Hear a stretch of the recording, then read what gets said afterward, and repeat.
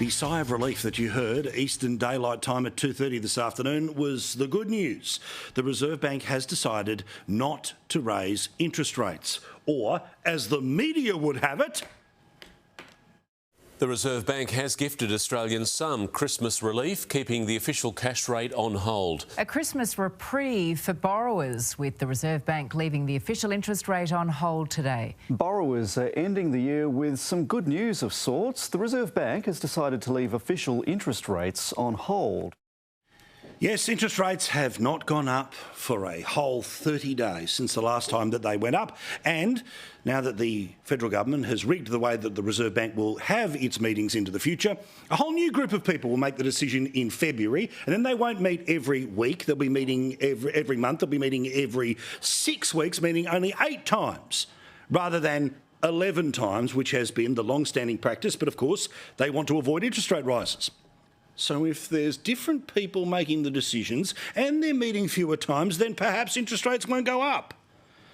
Of course, Grim Jim, the great passenger of the Australian economy, remember, goes missing when the news is bad, holds a press conference when the news is good. Well, he was there to tell you that everything is awesome. He is living in Legoland this December. This is welcome news for people who are already stretched enough. The last thing that people needed at Christmas time was another rate rise, and so I think this decision today from the Reserve Bank will be met with sighs of relief right around Australia. Now, forgive me firstly for saying the same thing that Grim Jim did about the sigh of relief, but secondly, forgive me for maybe not having the balloons fall from the sky and confetti cannons going off on the set. You see, the current situation when it comes to interest rates, yes, didn't get any worse. But dare I say, like a python that's strangling you, or in this case, Homer Simpson, it's still strangling you.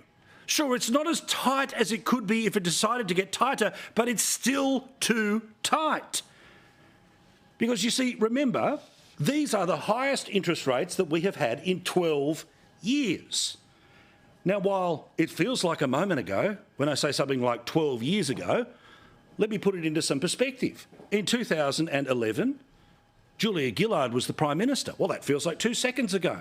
But what if I told you we've had 5 different Prime Ministers since interest rates were this high back in 2011?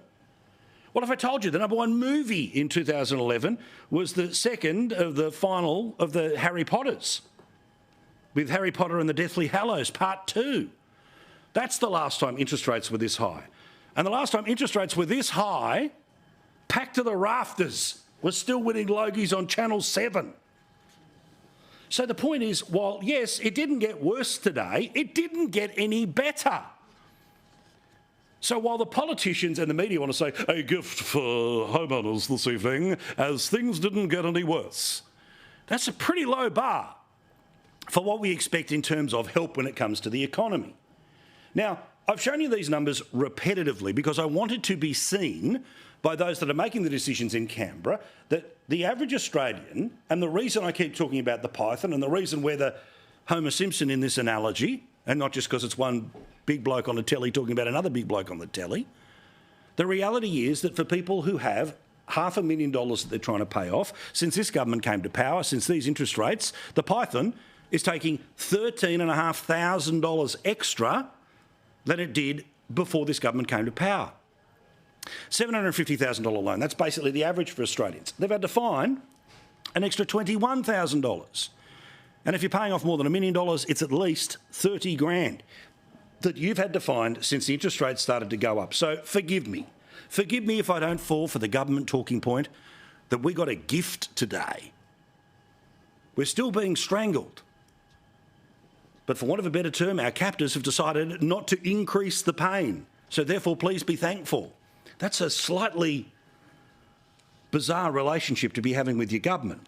And forgive me if I don't believe that this government, which apparently is talking about cost of living all day, every day, and we talk about it at the cabinet table like you talk about it at the kitchen table, because we're like you.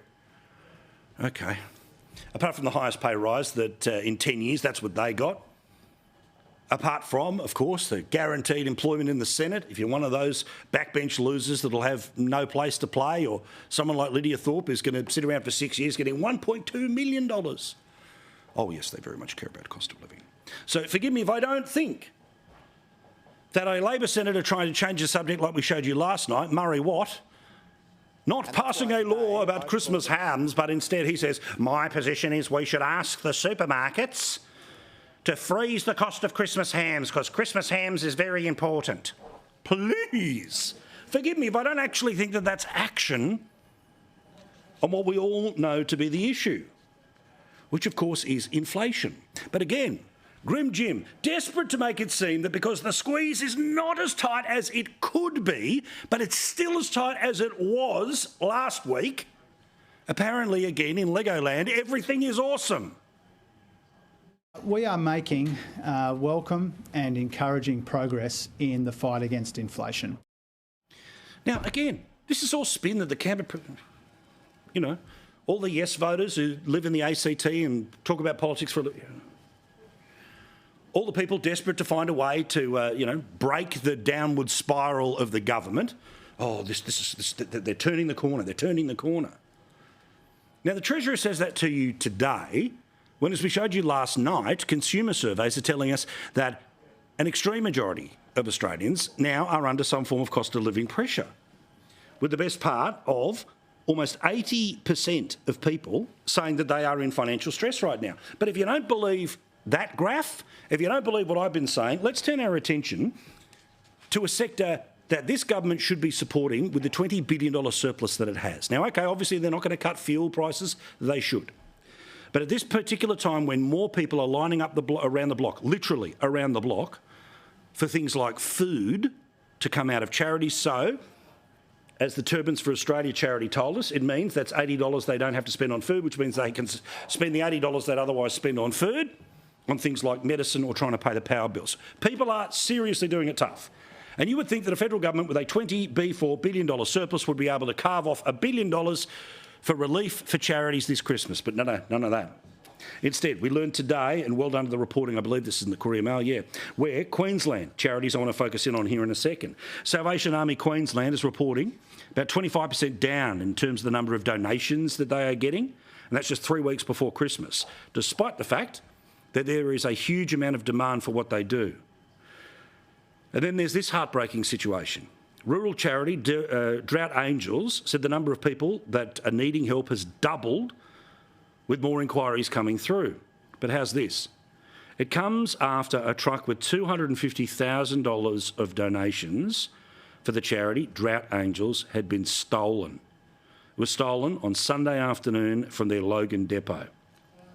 The boss, Jason Law, that's the bloke you can see on your screen now, despite the fact that they have lost, somebody stole, some lowlife, some grub, some piece of work, stole $250,000 worth of donations for a charity that helps regional people.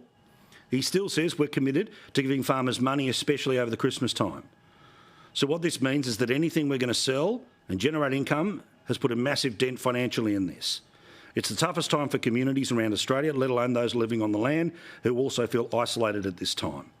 It's really hard to get the family together if they don't feel isolated.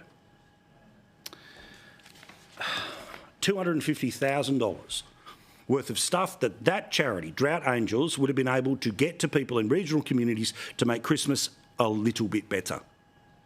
A little bit better. Now, as you know, the focus on this show this week is trying to raise money for Humpty Dumpty, in particular our trip to Port Lincoln. So I'll get into chapter and verse on that in a second. But if you can help us with that, but also you might be able to help us with Drought Angels, let's try and send some big money their way. Now, maybe next week we'll focus on them hardcore between now and Christmas, but they've lost $250,000 worth of donations.